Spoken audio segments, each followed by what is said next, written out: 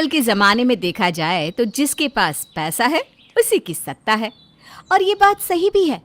पर क्या कभी आपने सोचा है कि हमारे घरों में भी ऐसी राजनीति हो सकती है?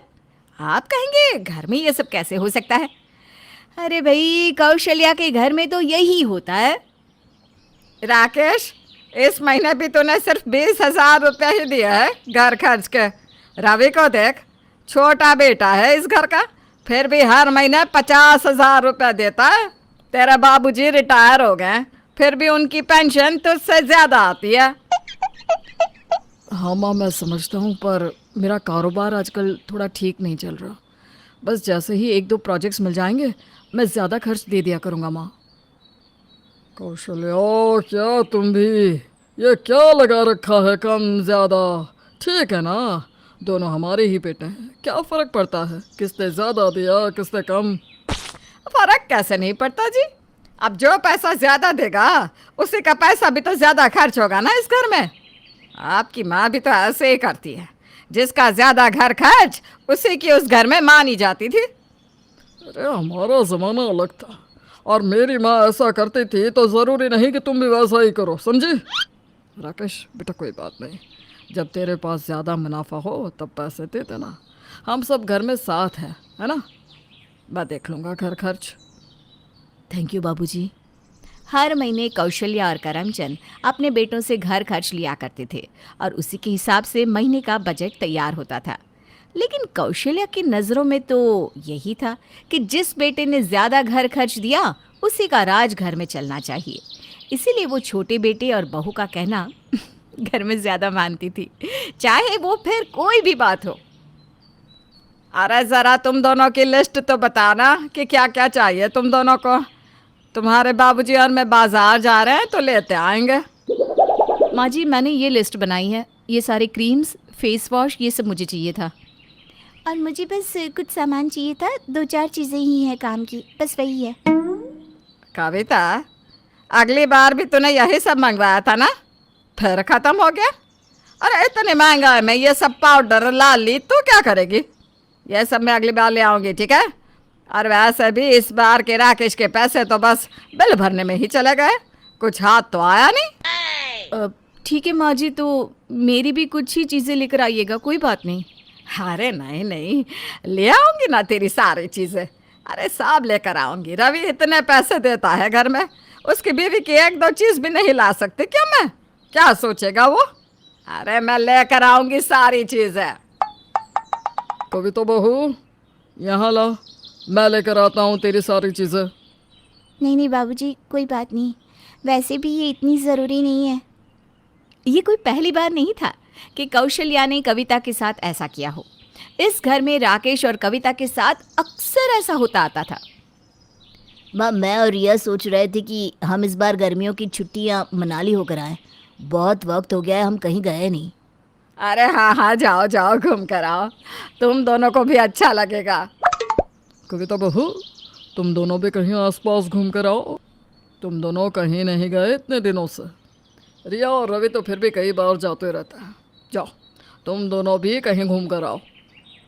अरे आप देख रहे हैं, पहले ही राकेश घर में 20,000 देता है, अगर घूमने चले गए दोनों तो अगले महीने ये भी नहीं देगा। नहीं नहीं, कहीं जाने की ज़रूरत नहीं है, रिया और रवि को जाने दो। हाँ बाबूजी, माँ सही तो कह रही हैं। अभी मुझे अपने व्यापार पे ध्यान देना है। एक बार ये प्रोजेक्ट्स पास हो जाए उसके बाद मैं आप दोनों को भी तीरथ पर भेजूंगा। अरे वो तो बात की बात है राकेश, पहले तो घर खर्च का तो बंदोबस्त कर ले। देख रवि को तुझसे छोटा है, फिर भी कितना अच्छा कमा रहा है।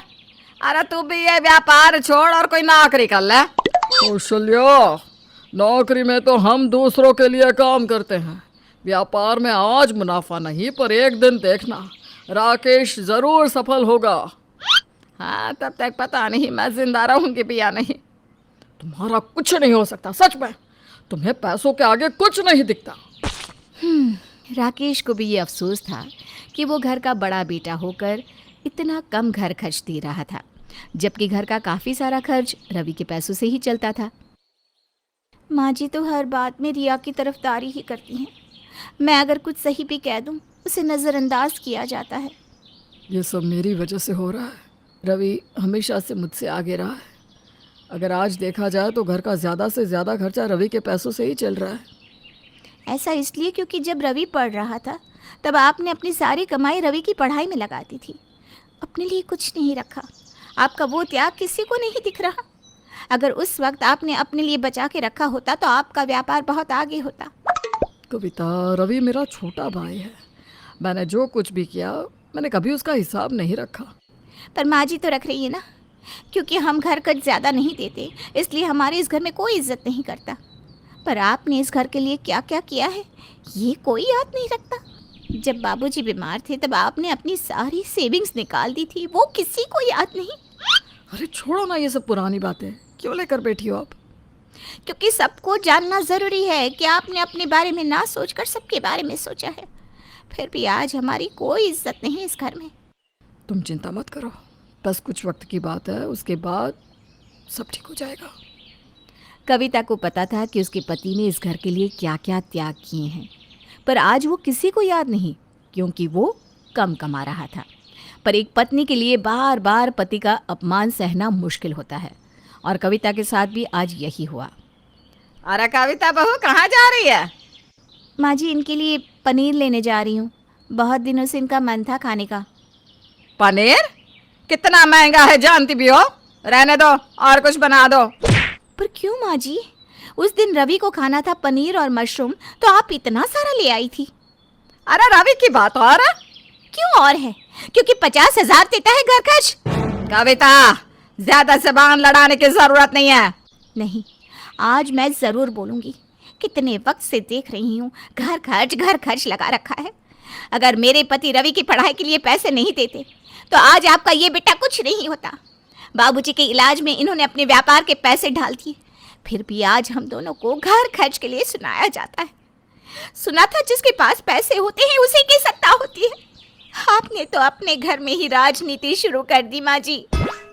कविता बस करो। नहीं राकेश, कविता बहू बिल्कुल ठीक कह रही है। कौशल्या की आंखों पे जो घर खर्च का मोह लगा है वो उतरना जरूरी है। राकेश ने इस घर के लिए बहुत कुछ किया है, पर तूने कभी उसे वो इज्जत नहीं दी। कविता भाभी सही कह रही हैं। आज मैं जो भी हूँ भैया के सपोर्ट की वजह से हूँ। अरे ऐसा कुछ भी नहीं है, ये सब तो मेरा फर्ज था और तेरे उस फर्ज को मैंने कभी नहीं सराहा। मुझे माफ कर दे बेटा, मैं अपनी सास की तरह बन गई थी। मुझे और तेरे बाबूजी को भी कभी वो इज्जत नहीं मिली जो मेरे देवर देवरानी को मिलती थी, और मैंने भी यही तुम्हारे साथ कर दिया, जबकि मुझे उस सब से सबक लेना चाहिए था। आप माफ़ी मत मांगिए माँ, और आपके लिए एक तोहफा है, अपना हाथ आगे कीजिए। ये लीजिए 1 लाख। मेरे सारे प्रोजेक्ट्स पास हो गए, अब हम सब साथ में कहीं घूमने चलेंगे। ये हुई ना बात, अब देख तेरी माँ को कैसे रात को नींद आती है।